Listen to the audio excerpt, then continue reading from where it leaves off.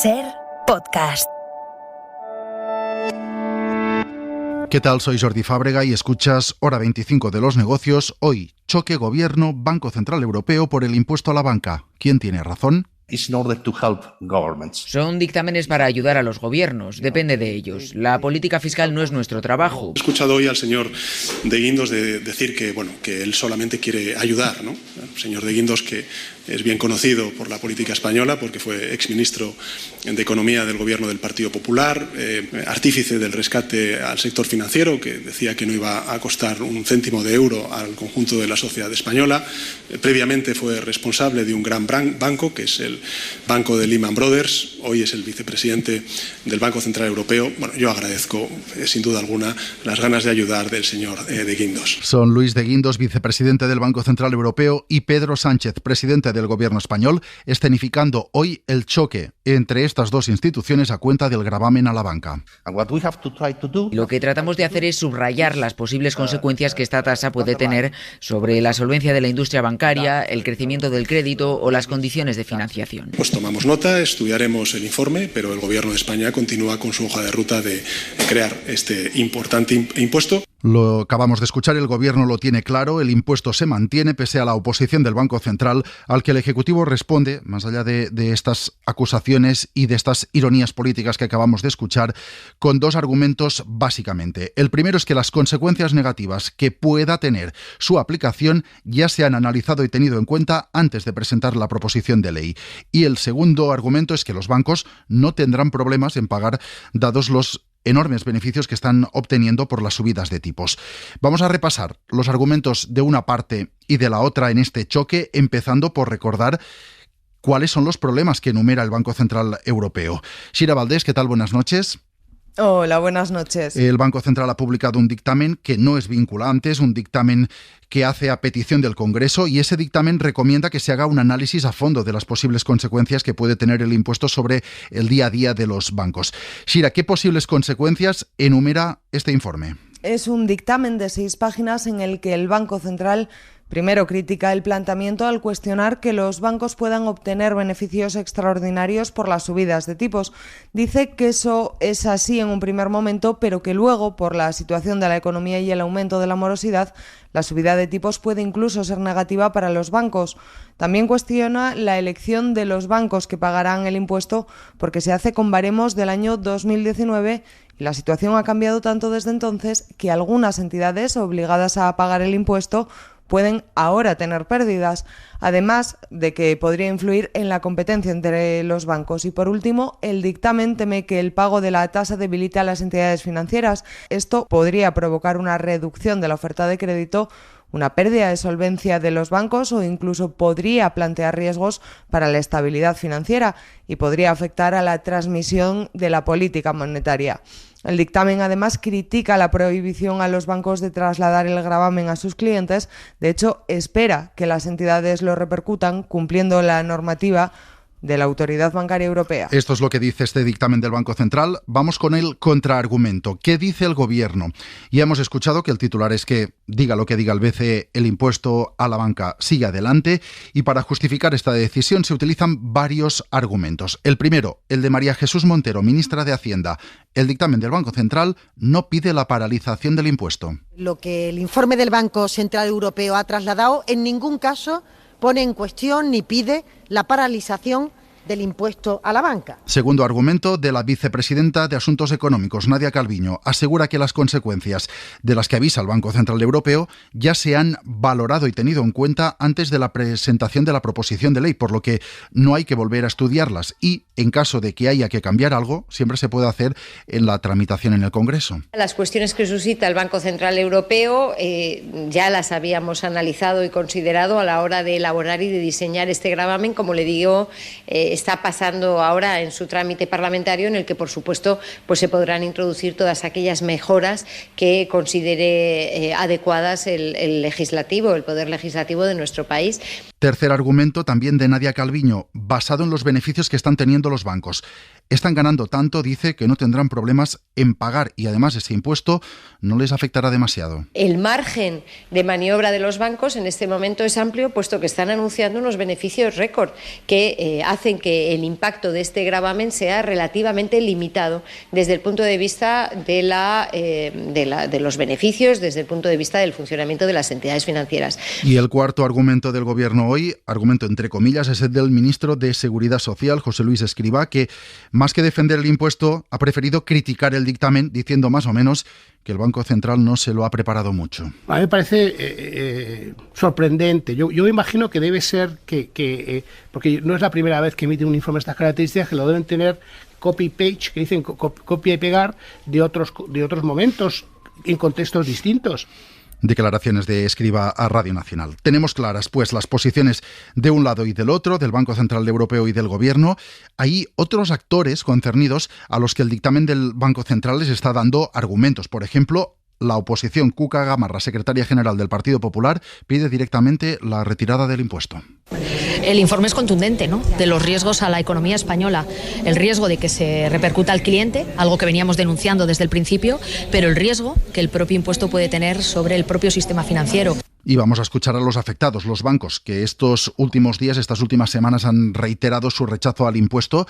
César González Bueno es el consejero delegado del Sabadell y resumía el sentir del sector. La presión fiscal por sectores debe ser similar, la de esta industria es desproporcionada y todavía no cubrimos nuestro coste de capital. Es decir, viene a decir que la banca ya paga mucho. Argumento que se suma a esta advertencia de María Dolores Dancausa, la consejera delegada de Bankinter, diciendo que no descartan terminar con el asunto en los tribunales. Como hemos hecho tanto en el pasado, en el presente, lo haremos en el futuro, es bueno cumplir con nuestras obligaciones fiscales, está claro, ¿no? Pero eso no nos quita el que, pues que si queremos tomar o pensemos que tenemos que tomar medidas ante los tribunales porque hemos visto menoscabados nuestros intereses, lo hagamos. Escuchados los argumentos, vamos a recordar, Shira, brevemente en qué consiste este impuesto que ahora mismo está tramitándose en el Congreso. El impuesto gravará con un tipo del 4,8% las comisiones e ingresos netos que obtengan las entidades financieras.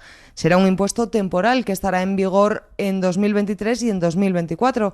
Lo tendrán que pagar las entidades financieras que facturaron más de 800 millones de euros en 2019, excluyendo los números de las filiales extranjeras que no se tendrán en cuenta. Además, la proposición de ley contempla multas del 150% para las entidades que lo repercutan a sus clientes, y con este impuesto el Gobierno pretende recaudar 3.000 millones de euros en los 2 años en los que se cobrará el gravamen. Mónica Mell es profesora de Economía Financiera de la Universidad Complutense, es miembro de Economistas frente a la Crisis. ¿Qué tal? Buenas noches y bienvenida a Hora 25 de los Negocios.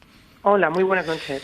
¿Quién tiene razón? ¿El Banco Central advirtiendo de los riesgos que puede tener este impuesto a la banca o el Gobierno cuando dice que esos efectos, en caso de haberlos, no serán importantes? Hombre, ambas partes tienen algo de razón, pero en este caso yo creo que hay más razón en los momentos actuales para poner de forma temporal, que eso se repite bastante, este gravamen a las entidades financieras, sobre todo pues porque no peligra para nada su solvencia, están más saneadas que nunca. No olvidemos que hubo un rescate de más de 60.000 millones de euros a la banca en la anterior crisis financiera, que se pagó con presupuesto, es decir, con los impuestos de los ciudadanos. Y, en segundo lugar, tampoco está en riesgo la fluidez del crédito. Realmente el crédito va a disminuir, pero más por la subida de los tipos de interés, que ya están en torno al 2% y van a subir más. Esto sí que va a limitar bastante la concesión de créditos, pero no, este impuesto no va a repercutir en el crédito, entre otras cosas por los beneficios que están teniendo estas entidades que ya vienen del año pasado. Es decir, en el año 2021 ya tuvieron resultados espectaculares.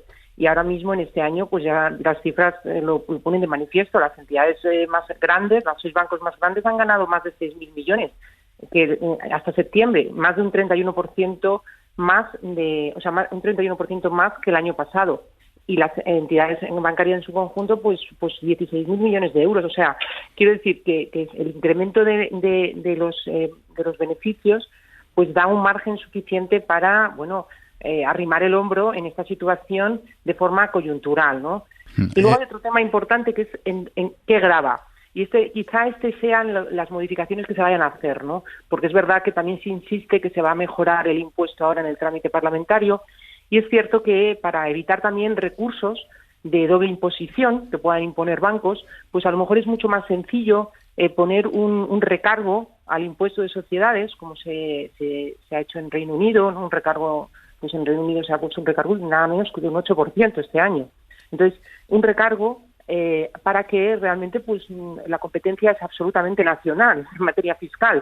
Por lo tanto, uno puede poner el tipo impositivo que considera las sociedades y, bueno, también puede discriminar por sectores en función de los beneficios, porque estamos viendo que en esta crisis que deriva de la guerra, sobre todo en Ucrania, pues las entidades eléctricas y ahora las entidades financieras, por los efectos de la inflación y la subida de tipos, pues están teniendo unos beneficios extraordinarios, por no hablar también, que nunca se habla de las grandes empresas de distribución. Pero bueno, que eso sí se puede articular y para eso está el Estado, un poco para equilibrar estos costes de la guerra y que no sean los ciudadanos los que paguen las consecuencias. Claro, es que, hacen falta recursos porque el año que viene pues se avecina un año complejo a nivel económico. Entonces, ahora mismo con este impuesto se pretenden recaudar entre los 2 años 3.000 millones de euros. Si no se recauda de la banca, ¿quién lo va a pagar? ¿El IRPF de los ciudadanos? Esa es la cuestión, porque hacen falta, porque hay que cuadrar las cuentas, hay que tratar de cumplir los compromisos de déficit, hay que pagar efectivamente pues las ayudas que se van a dar a las personas más vulnerables. Bueno, entonces todo esto hay que financiarlo, ¿no? Es evidente que los bancos ahora están aumentando sus ingresos por la subida de tipos, pero también hay un choque sobre esto entre las posiciones del Banco Central y del Gobierno, porque el dictamen del Banco Central dice, es verdad que ahora a corto plazo la subida de tipos beneficia a los bancos, pero añade que a medio o largo plazo esta subida puede terminar teniendo un impacto negativo si estamos como estamos en un momento de desaceleración económica.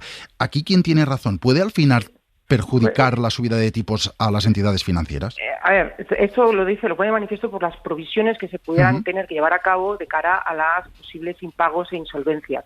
Hombre, yo lo que veo es que efectivamente las empresas actualmente han pasado los test de estrés de solvencia que llevan a cabo pues a través de la Autoridad Europea Bancaria, perfectamente, superan todos los test de estrés con bastante margen y no tienen peligro de posible situación que requiera más provisiones.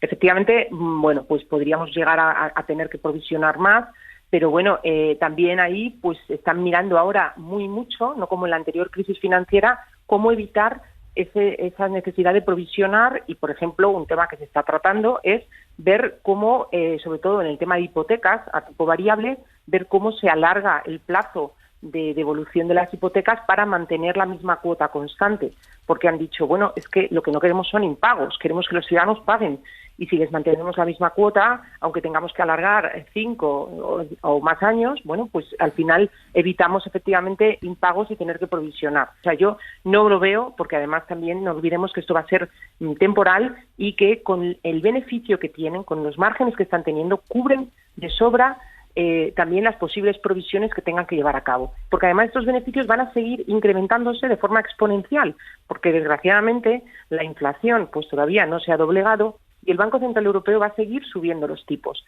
O sea, que esto va a más y esto significa que para nada van a tener ningún problema financiero de poder, ningún problema de solvencia ni tener efectivamente que llevar a cabo estas provisiones y estas pérdidas, ¿no?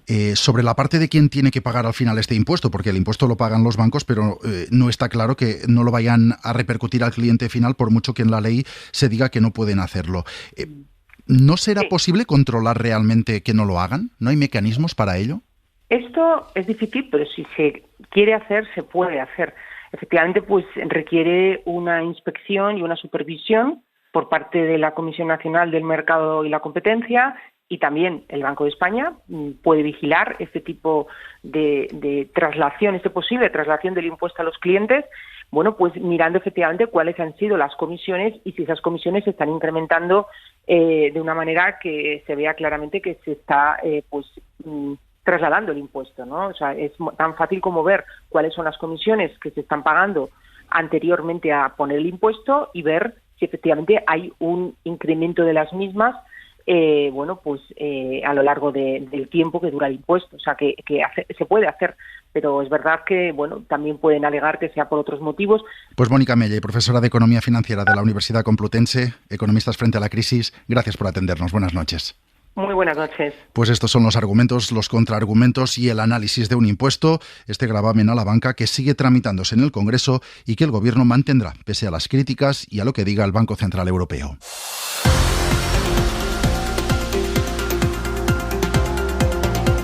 Suscríbete a Hora 25 de los negocios. Todos los episodios y contenidos adicionales en la app de Cadena SER y en nuestros canales de Apple Podcast, Spotify, iVoox, Google Podcast y YouTube.